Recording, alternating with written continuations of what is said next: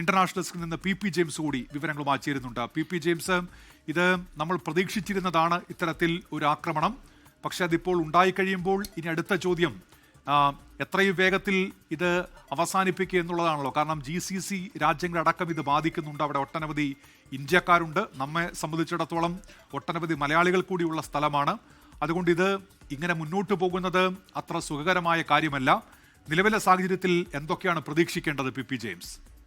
ഉന്മേഷ്, നമ്മളിത് പ്രതീക്ഷിച്ചതാണ്. നമ്മൾ കഴിഞ്ഞ കുറേ ദിവസങ്ങളായിട്ട് ഇറാനിലെ സംഘർഷത്തെക്കുറിച്ച് സംസാരിച്ചുകൊണ്ടിരിക്കുന്നു. ഒരുപക്ഷെ ഈ അമേരിക്കയും ഇസ്രായേലും വളരെ തന്ത്രപരമായിട്ടാണ് നീക്കങ്ങൾ നടത്തിയത്. ചർച്ച നടത്തുക, അടുത്ത വട്ടം ചർച്ച നടക്കുമെന്ന് പറയുക, അങ്ങനെ ഇറാന് ഒരു പ്രതീക്ഷ നൽകിക്കൊണ്ടാണ് പെട്ടെന്ന് ഇന്ന് കയറി അടിച്ചിട്ടുള്ളത്. അപ്പോൾ സ്വാഭാവികമായിട്ടും അവിടെ ഈ ട്രംപും നെതന്യാഹുവും ചേർന്നുള്ള ഒരു കൂട്ടുകെട്ട് ഇത് അടിക്കാനുള്ള തീരുമാനമെടുത്തിരുന്നു എന്നുള്ളതിൻ്റെ ഏറ്റവും വലിയ സൂചനയാണ്. ആദ്യമായിട്ട് അവിടെ എബ്രഹാം ലിങ്കൻ എന്ന 90 യുദ്ധവിമാനങ്ങളുള്ള വിമാനവാഹിനി കപ്പൽ ഇറാന്റെ തീരത്തെത്തിയത്. പിന്നെയാണ് അവിടെ മഡൂറോയെ തുരത്താൻ വേണ്ടി വെനിൻസുവേല ആയിരുന്ന ലോകത്തിലെ ഏറ്റവും വലിയ വിമാനവാഹിനി യുദ്ധക്കപ്പൽ USS ജെറാൾഡ് ഇങ്ങോട്ട് കൊണ്ടുവന്നത്. കൂടാതെ 10 യുദ്ധക്കപ്പലുകൾ. അപ്പോൾ ഒരു വലിയ രീതിയിലുള്ള സപ്പോർട്ട് ബേസ് ഉണ്ടാക്കി ഇസ്രായേലും അമേരിക്കയും തീരുമാനിച്ചുറച്ചാണ്. ഒരുപക്ഷെ അത് വൈകിപ്പോവാൻ ഒരു കാരണം അറബ് രാജ്യങ്ങൾ, പ്രത്യേകിച്ച് സൗദി അറേബ്യ, UAE അടക്കമുള്ള രാജ്യങ്ങൾ തങ്ങളുടെ മണ്ണിൽ നിന്ന് ആക്രമണം നടത്താൻ പറ്റില്ല എന്ന് നിലപാടെടുക്കുകയും ചൈന ഒരു ഭീഷണിയുമായിട്ടൊക്കെ എത്തുകയും ചെയ്ത സാഹചര്യത്തിലാണ് അല്പം വൈകിപ്പോയത്. ഒരുപക്ഷെ നമ്മൾ പ്രതീക്ഷിച്ചിരുന്നു ഇന്ത്യയുടെ പ്രധാനമന്ത്രി ഇസ്രായേലിൽ 25-26 തീയതികളിൽ എത്തുന്നു. അത് ഒരു സൂചനയായിരുന്നു. അത് കഴിഞ്ഞിട്ടായിരിക്കും ആക്രമണം എന്നുള്ള രീതിയിലൊക്കെ ഒരുപാട് റിപ്പോർട്ടുകൾ ഉണ്ടായിരുന്നു. എന്തായാലും ഇന്ത്യയുടെ പ്രധാനമന്ത്രി മടങ്ങിയതിൻ്റെ തൊട്ടുപിറകെയാണ് ഇസ്രായേൽ കയറി അടിച്ചിരിക്കുന്നത്. ഇപ്പോൾ വന്നിരിക്കുന്നൊരു സംഭവം, UN അടിയന്തര യോഗം വിളിച്ചിരിക്കുന്നു രക്ഷാസമിതി. സത്യം പറഞ്ഞാൽ ഒരു കടലാസ് പുലിയെ പോലെയാണ് ഇപ്പോൾ രക്ഷാസമിതി. നേരത്തെയൊക്കെ രക്ഷാസമിതി ചേരുന്നു എന്ന് പറഞ്ഞാൽ എന്തോ വലിയ സംഭവം നടക്കാൻ പോകുന്നുവെന്നാണ്. രക്ഷാസമിതിയിലെ പെർമനന്റ് മെമ്പേഴ്സാണ് അമേരിക്കയും റഷ്യയും ചൈനയും ഒക്കെ. അവരാരെങ്കിലും ഒരാൾ വിചാരിച്ചാൽ അതിൽ വീറ്റോ ചെയ്യാൻ പറ്റും. നേരത്തെ റഷ്യ വീറ്റോ ചെയ്തതാണ് ഉക്രൈൻ യുദ്ധത്തിൻ്റെ കാര്യത്തിൽ. അതേ വീറ്റോ തന്നെ അമേരിക്ക ചുമത്തുമെന്നുള്ള കാര്യത്തിൽ യാതൊരു സംശയവുമില്ല. അപ്പം അതുകൊണ്ട് രക്ഷാസമിതി ചേരുന്നു എന്നും അടിയന്തരമായി ചേരുന്നു എന്നുള്ളതിന് ഒരു വിലയില്ല. ഒരുപക്ഷെ രക്ഷാസമിതിയുടെ അധ്യക്ഷ സ്ഥാനത്തിരിക്കുന്നത് ഇപ്പോൾ അമേരിക്കയാണ്. ഏറ്റവും വലിയ കൗതുകരമായ കാര്യം, ആ അധ്യക്ഷ സ്ഥാനത്തിരിക്കുന്നത് ഡൊണാൾഡ് ട്രംപിന്റെ ഭാര്യ മെലാനിയ ട്രംപാണ്. അപ്പോൾ ഇതൊക്കെ പറയുമ്പോൾ അതുകൊണ്ടാണ്. പക്ഷെ അതിൽ ഞാനിപ്പോൾ ഈ മണിക്കൂറുകൾ കാണുന്ന ഏറ്റവും പ്രധാനപ്പെട്ട വിഷയം ഉന്മേഷ്, ചൈന അതിശക്തമായിട്ടുള്ള ഒരു ഭീഷണി മുഴക്കിയിരിക്കുന്നു. ഇറാന്റെ പരമാധികാരത്തെ ബഹുമാനിക്കണം, ഇസ്രായേൽ ഉടൻ ആക്രമണം നിർത്തണം എന്നുള്ള ആവശ്യം ചൈന പറഞ്ഞിരിക്കുന്നു. നേരത്തെയും ചൈനയും റഷ്യയും വെനിൻസുവേലയുടെ കാര്യത്തിൽ ഇത് പറഞ്ഞിരുന്നു. പക്ഷെ അവിടെയുള്ള വ്യത്യാസം, അമേരിക്കയുടെ ബാക്ക് യാർഡിലാണ് വെനിൻസുവേല കിടക്കുന്നത്. ചൈനയ്ക്കും റഷ്യക്കൊക്കെ അവിടെ റീച്ച് ചെയ്യാൻ ഇതുണ്ട്. പക്ഷേ ഇവിടെ കാര്യങ്ങൾ വ്യത്യാസമാണ്. അമേരിക്കയ്ക്ക് 12,000 കിലോമീറ്റർ യാത്ര ചെയ്ത് വേണം കൂടുതൽ ആയുധങ്ങൾ കൊണ്ടുവരാൻ. ചൈന അവിടെ നിൽക്കുകയാണ്. ചൈനയെ സംബന്ധിച്ചിടത്തോളം ചൈനയ്ക്ക് വെനിൻസുവേലയിൽ നിന്നുള്ള 80% എണ്ണ ലഭിച്ചിരുന്നു. പിന്നീട് ഇറാനിൽ നിന്ന് 80% എണ്ണ പോകുന്നതും ചൈനയിലേക്കാണ്. ഇപ്പൊ ചൈന പുഷ്ടുത ബോളാണ്. അവർക്ക് എണ്ണ കിട്ടാൻ പറ്റാത്ത അവസ്ഥയിലേക്ക് കാര്യങ്ങൾ പോകാൻ പോകുന്നു. അപ്പോൾ ഒരുപക്ഷെ വ്യാപാര യുദ്ധത്തിനപ്പുറം ഇതൊരു നാവൽ ശക്തിയിൽ ഒരുപക്ഷെ അമേരിക്കയെ വെല്ലുവിളിക്കാവുന്ന തരത്തിലേക്ക് ചൈന എത്തിക്കഴിഞ്ഞു.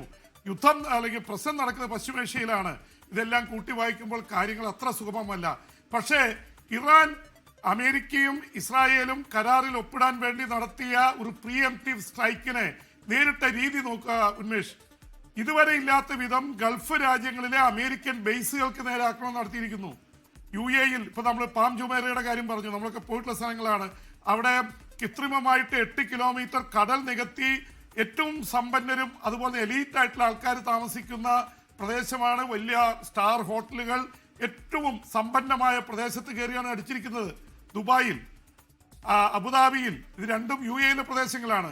സൗദി അറേബ്യയിൽ, ഏറ്റവും സമ്പന്നമായ കുവൈറ്റിൽ, അതുപോലെ തന്നെ ബഹ്റിനിൽ, ഇതെല്ലാം അമേരിക്കൻ ബേസുകളുള്ള സ്ഥലമാണ്. അമേരിക്കയ്ക്ക് കൊടുക്കുന്ന മെസ്സേജ് കൂടിയാണ്, ഞങ്ങളെ അടിച്ചാൽ നിങ്ങളുടെ സേനാ താവളങ്ങളിൽ ഞങ്ങൾ അടിക്കും എന്ന് പറഞ്ഞത് ഇറാൻ ചെയ്തിരിക്കുന്നു.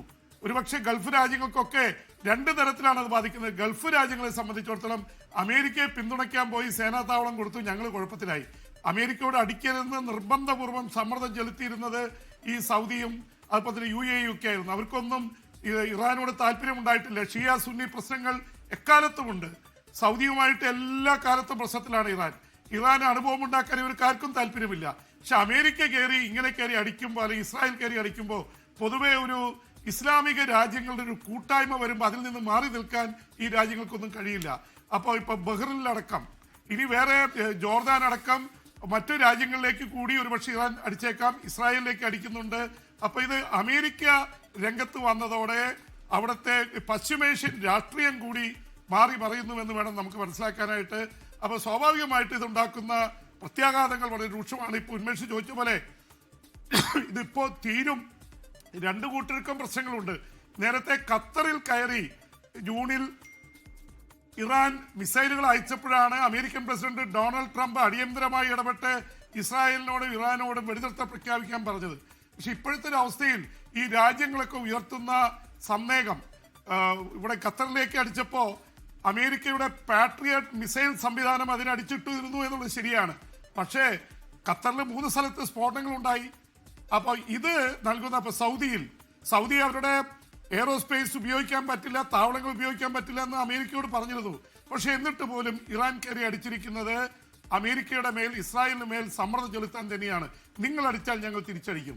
പക്ഷെ ഇവിടെ വന്നിരിക്കുന്ന ഒരു പ്രത്യേകത എന്ന് പറയുന്നത് ഇറാന്റെ സേനാ മേധാവി കൊല്ലപ്പെട്ടിരിക്കുന്നു എന്ന് വെച്ചാൽ ജൂണിൽ കൃത്യമായിട്ട് അവരുടെ സേനാ മേധാവികളെയും ആണവശാസ്ത്രജ്ഞനെയും കൊലപ്പെടുത്തിയ അതേ രീതിയിൽ മൊസാദും അവിടുത്തെ ചാര സംഘടനകളൊക്കെ ചേർന്നുകൊണ്ട് നടത്തിയ ഒരു ഓപ്പറേഷൻ അത് കൃത്യമായിട്ട് അവർ സ്ഥാപിച്ചിരിക്കുന്നു. പക്ഷേ ബങ്കറുകളിൽ നേരത്തെ തന്നെ ഒളിക്കാൻ പോയതുകൊണ്ട് ആയത്തുള്ള ഖൊമേനിയെയും മസൂദ് പെഷഷ്കിയാനെയും വധിച്ചുവെന്ന് ചാനൽ 12 പറയുന്നുണ്ടെങ്കിലും അതിനത്ര വിശ്വാസ്യത പോരാ. കാരണം അവർ നേരത്തെ തന്നെ ഉപകരണങ്ങളൊക്കെ മാറ്റി ഇത് പ്രതീക്ഷിച്ച് അണ്ടർഗ്രൗണ്ടിലേക്ക് പോയിരുന്നു. അവർ ബങ്കറിലായിരുന്നു. അതുകൊണ്ട് അതിനെയും കടത്തി അവരെ കൊലപ്പെടുത്തിയിട്ടുണ്ടെങ്കിൽ അത് വലിയ സംഭവം തന്നെയാണ്. അതാണ് ഇനി അറിയേണ്ടത്. പിന്നെ ഭരണമാറ്റമാണ് ലക്ഷ്യം വെക്കുന്നത് അമേരിക്കയും ഇസ്രായേലും. അവർക്ക് ബാലിസ്റ്റിക് മിസൈലുകളുടെ എണ്ണം ആയിരക്കണക്കിന് ഇവിടെ കൈവശമുണ്ട്. അത് കുറയ്ക്കണമെന്ന് ഇസ്രായേൽ പരമാവധി ആവശ്യപ്പെട്ടിരിക്കുന്നു. അമേരിക്ക ഇറങ്ങിയില്ലെങ്കിൽ ഞങ്ങൾ കയറി അടിക്കുമെന്ന് ഇസ്രായേൽ പറഞ്ഞിരുന്നു. എന്ന് മാത്രമല്ല, അമേരിക്കൻ പ്രസിഡന്റിന് കഴിഞ്ഞ തവണ അമേരിക്കയിൽ ഫ്ലോറിഡയിൽ പോയി ബെഞ്ചമിൻ നെതന്യാഹു കണ്ടപ്പോൾ പറഞ്ഞത് നിങ്ങൾ ആക്രമിച്ചില്ലെങ്കിൽ ഞങ്ങൾ ആക്രമിക്കുമെന്നാണ്. എന്തായാലും ട്രംപും നെതന്യാഹുവും തമ്മിൽ നേരത്തെ തീരുമാനിച്ചുറച്ച ഒരു പദ്ധതി തന്നെയാണ് ഇപ്പൊ നടപ്പിലാക്കിക്കൊണ്ടിരിക്കുന്നത്. അതുകൊണ്ട് ഇത് ഇപ്പോൾ ഉണ്ടായതാണ് എന്ന് പറയാനാവില്ല ഉന്മേഷ്. ലോകത്തെവിടെയായാലും ഏത് സമയത്തും 24 വാർത്തകളും ഓഗ്മെന്റഡ് റിയാലിറ്റി പാക്കേജുകളും എക്സ്പ്ലെയിനറുകളും വിശദമായി കാണാൻ ഞങ്ങളുടെ യൂട്യൂബ് ചാനൽ നിങ്ങൾക്ക് സബ്സ്ക്രൈബ് ചെയ്യാം.